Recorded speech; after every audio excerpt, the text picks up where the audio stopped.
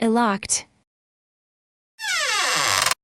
I live in a small town in the northeasternmost part of Arkansas. My family and I live on what we call the compound. It's a 300-acre stretch of land, woods, water, and silence shared by my family, both of my aunt's families, my grandparents, and my great-grandmother. 7 adults, 7 kids, all of us tucked into one clearing like we belonged there. The clearing itself is about 9 acres, 4 houses arranged in a loose circle around a small, still pond. Gravel paths connect everything, winding like veins between the homes. Beyond that, the trees take over. Thick, close, watching. My great-grandmother didn't live in the clearing. She lived deep in the woods, far enough that the sounds of the compound didn't reach her. Far enough that when you stood outside her house, all you heard was wind moving through leaves, and whatever else lived out there. When I was younger, I used to run to her place almost every day. I didn't think much of the distance back then. She was my gal. We'd spend hours cooking, cleaning, tending to her animals.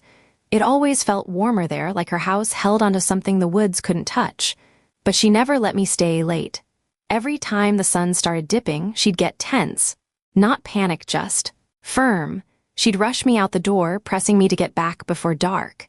I always assumed it was the snakes.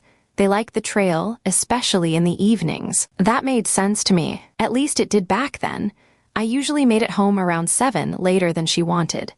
I'd drag my feet on the trail, kicking rocks, breaking sticks, listening to the woods shift around me. I never felt alone. A couple months before she passed, I went to visit her again. Same routine, same warmth. We talked, cleaned, cooked.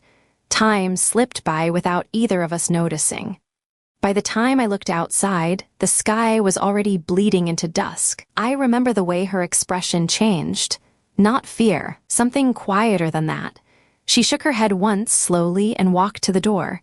I heard the deadbolt slide into place with a heavy click. "You're staying tonight," she said. 10-year-old me was thrilled. That night felt different from the start. The woods pressed closer to the house, like the darkness had weight to it. But inside, we kept things light, board games, laughter, building a messy pillow fort in the living room. Around 11, she handed me a blanket and a pillow and told me to get some sleep. I lay down on the couch, staring up at the ceiling. By midnight, the house was completely still. No hum of electricity, no distant voices. Just silence, thick and suffocating, the kind that makes your ears strain for something, anything, to break it. That's when I heard it, a soft crunch. I didn't move at first. Just listened. Crunch, crunch, leaves, slow, heavy, not scattered like an animal darting through. Measured, I sat up. Maybe it was the pig, I told myself. It wandered sometimes. Crunch, crunch, crunch, closer. I swallowed and lay back down, pulling the blanket up a little higher. Then creak, the porch steps, I froze, another step. Creak, my chest tightened. The sound wasn't quick. Whatever was out there wasn't in a hurry. It was coming up. One step at a time. Creak, creak. I held my breath, staring at the door across the room. The deadbolt. I remembered hearing it lock. The steps stopped. For a moment, there was nothing. Then tap, tap, tap, soft, careful, like something testing the door. I didn't blink. Tap, tap. The sound dragged slightly the third time. Not a knock, not really, more like fingers or something trying to be fingers. My heart was pounding so loud I was sure it could hear it. I reached slowly for the lamp beside me, my hand trembling, and flicked it on. Light flooded the room. The tapping stopped instantly. Silence crashed back and harder than before. Then, from just beyond the door, a sudden burst of movement. Leaves scattering. Something rushing off the porch, fast now, careless, crashing through the woods like it had been caught. I didn't move, didn't breathe. I just sat there, staring at the door, waiting, half expecting the handle to turn. It's been years since that night. Long enough that I'd convinced myself it wasn't real. Just a kid's imagination stretched too far in the dark. I hadn't even thought about it in a long time. Until today, I went back to her house. I told myself it was for the memories. The trail was barely there anymore, swallowed by weeds and low-hanging branches. The woods felt thicker now, quieter, like they were holding their breath. Her house looked smaller than I remembered, overgrown. Vines crawling up the walls, windows clouded with dust and time. The door hung slightly off its hinges, the handle broken clean off. But inside it was clean. Not fresh, not lived in, but untouched. Dust coated everything evenly, undisturbed. No footprints. No signs of animals, just stillness, like the house had been waiting. I walked through it slowly, my chest tight, fingers brushing along surfaces that hadn't felt human touch in years. Eventually, I sat down on the couch, the same couch. I don't remember closing my eyes, but I must have. When I woke up, I was drenched in sweat. The room was dark, completely dark. My heart was already racing, like my body remembered something my mind didn't. I fumbled for my phone and turned it on. 12:00 a.m. Exactly. The light from the screen barely reached the walls. Everything else was swallowed in shadow. And then tap, tap, tap. Submitted by /U or mentally insane 07 link comments.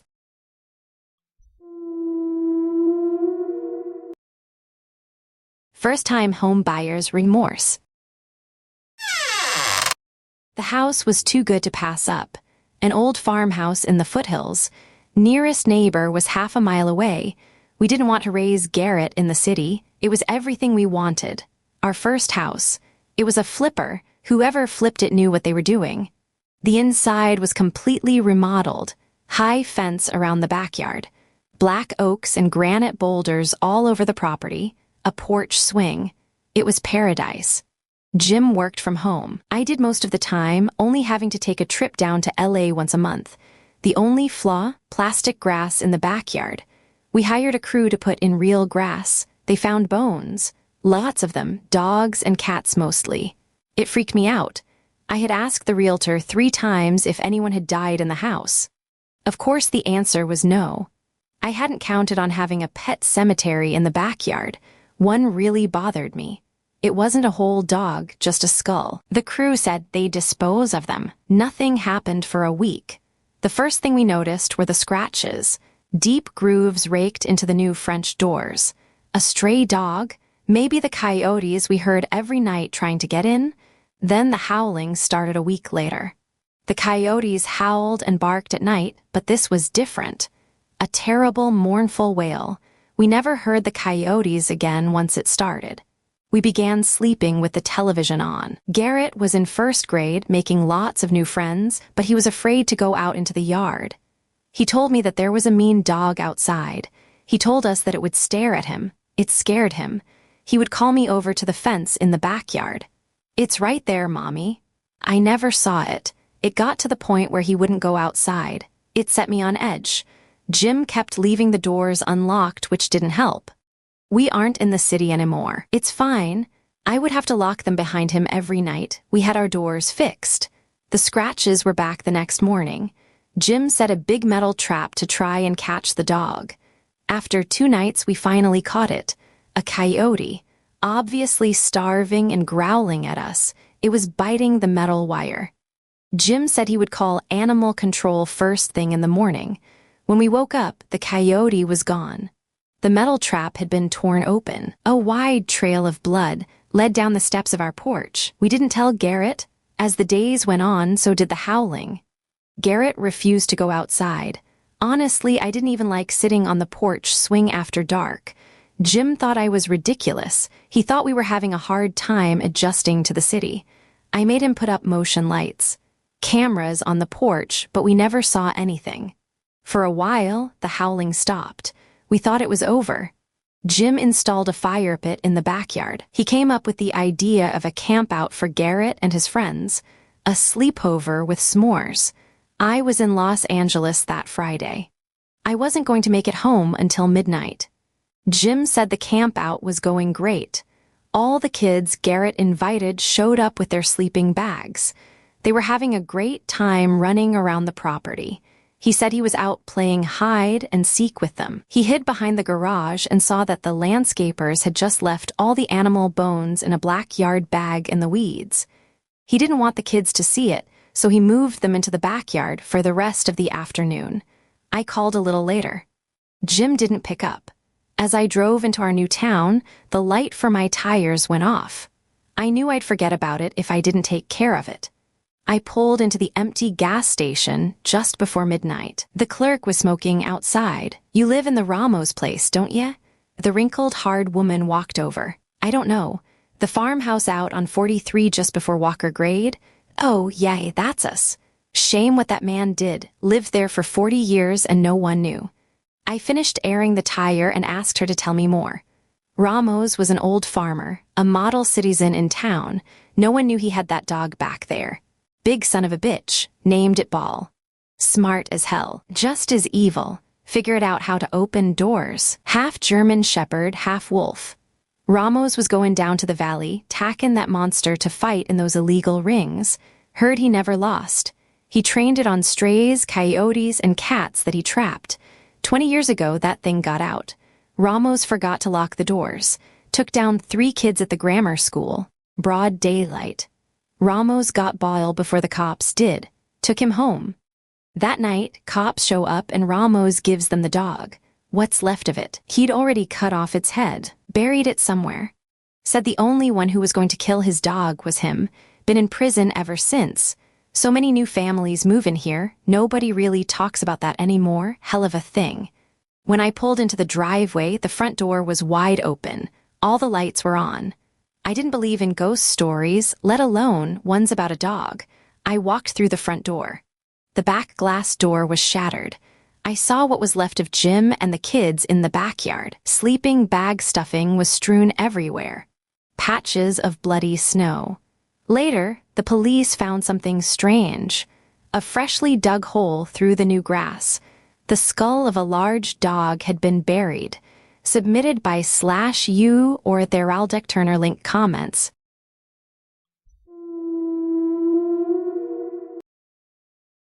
New creepypasta. I interviewed my friend after she told me about a weird thing she saw. Here is the experience in my friend's words. I didn't think curtains could feel wrong until mine started moving when nothing else in the room did. At first, it was small things. I'd wake up and they'd be slightly parted, like someone had stood there for a second and changed their mind about stepping in. I told myself it was the window latch or airflow or anything that didn't require me to admit I was noticing a pattern. But it kept happening. Only at night. Only when I was alone long enough for the room to feel like it had stopped paying attention to me. The fabric started to look intentional, like it wasn't just hanging there anymore, like it was being used. Sometimes there would be a thin gap between the panels, perfectly straight, even though I knew I hadn't left it that way. It was always just enough for me to think I saw something behind it, never enough to be sure. That's what made it worse. The uncertainty built up until I started checking the window more than I checked anything else in my room. I'd sit up in bed just to look at it, telling myself I was proving nothing was there. That's when I first saw the name. Cedrusfither. It showed up in the condensation on the glass one morning, like something had traced it from the inside while I slept. The letters weren't neat. They looked like they were formed by something that didn't fully understand how writing worked, only that it needed to be seen. I tried to forget it, but I couldn't. I looked it up. I found nothing normal. Only fragments about cedar, about something rooted, something that should stay still once it's settled. But nothing about this stayed still. After that, the curtains got worse. I stopped being able to convince myself it was just my imagination because it started reacting to me. If I ignored it, nothing happened.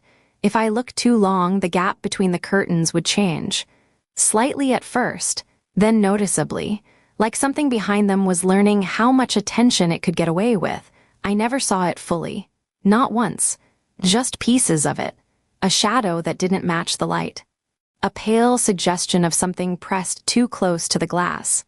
A shape that only made sense for a second before my brain refused to keep it consistent, and every time I looked directly at it, it stopped, like it had never been there at all. That was the part that made me start doubting myself more than anything else.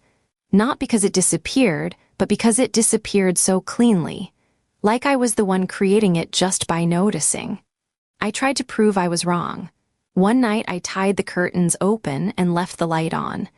I told myself that if something needed darkness, I'd take it away and finally be done with it. I woke up with the ties undone, not ripped, not loose, just carefully untied and placed aside like someone had taken their time not to wake me. The curtains were closed again, and the room felt aware, like it wasn't mine in the same way anymore. Behind the fabric, something was closer than it had ever been. Not visible in a clear way, but present enough that I stopped thinking in terms of is it there, and started thinking in terms of how close is it this time. I stopped sleeping properly after that, because Sedrisvither doesn't really appear the way people expect something to appear. It doesn't come into the room. It just learns how often you're willing to check if it already has. Submitted by /U or Zellausidlepay 4214 link comments.